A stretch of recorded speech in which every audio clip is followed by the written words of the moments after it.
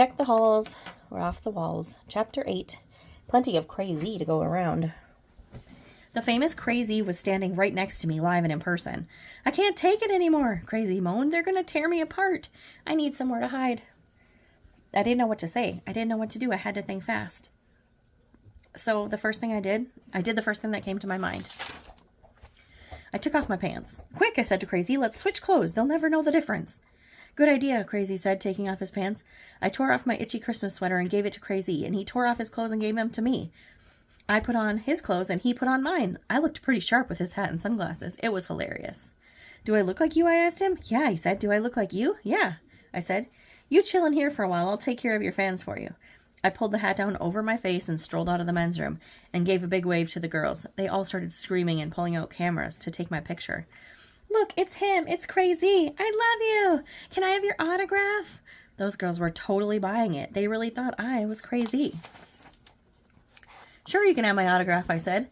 The girls started sticking pens and paper in my face. I wrote Crazy as fast as my hand could move. "One at a time, girls," I said cheerfully. "One at a time. There's plenty of Crazy to go around." "Eek! I touched him!" a little girl screamed. "I'll never wash this hand again." After they got my autograph, girls were fainting, crying, and freaking out all over the place. They didn't know that I was just a regular kid, and they had no idea that the real Crazy was hiding in the bathroom. It was cool to be a famous celebrity. This was the greatest day of my life, but you'll never believe who rolled over on his Segway at that moment. It was Officer Spence, the mall security guard. Uh-oh, the jig was up. I figured I was in big trouble. "I'm sorry, Mr. Z," said Officer Spence, "but it's time." "Time for what?" I asked. "It's time for you to sing." What? Me?" I stammered. "Nobody told me." "Hurry up," Officer Spence said. "They're waiting for you." "Who? Where?" Officer Spence grabbed my hand and pulled me up on the Segway. We rolled over to the stage that had been set up near the center of the mall.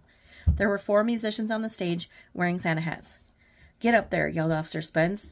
I climbed on the stage. "Yo, Z," said the guitar player. "You the man." The girls started screaming. I looked out at the sea of faces. Some of the fans were younger than me. Some of them looked older than me. A few of them looked like my grandma. That was weird. I gave a little wave, and they all started freaking out, like they had never saw a guy wave before. A guy in a jacket and tie climbed on the stage and picked up the microphone.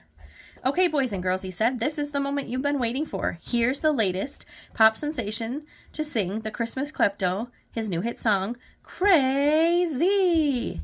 The girls screamed even louder. The musician started playing that annoying song. I had no choice. I grabbed the mic and started rapping. "'Twas the night before Christmas, and you know the rest. Stuff was all over, the house was all messed.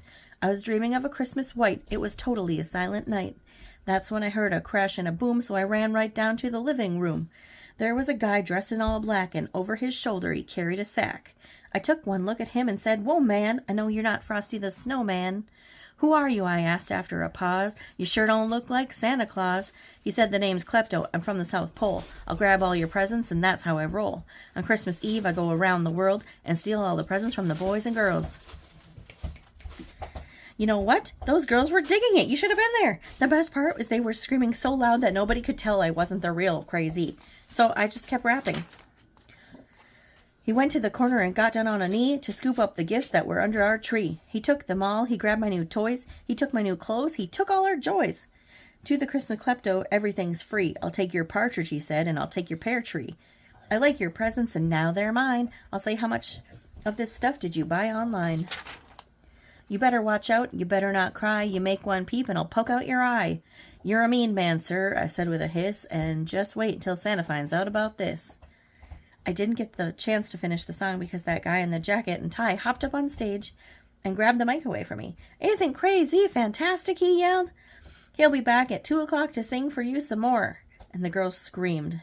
Officer Spence grabbed my hand and I hopped on the Segway and he took me back to the men's bathroom.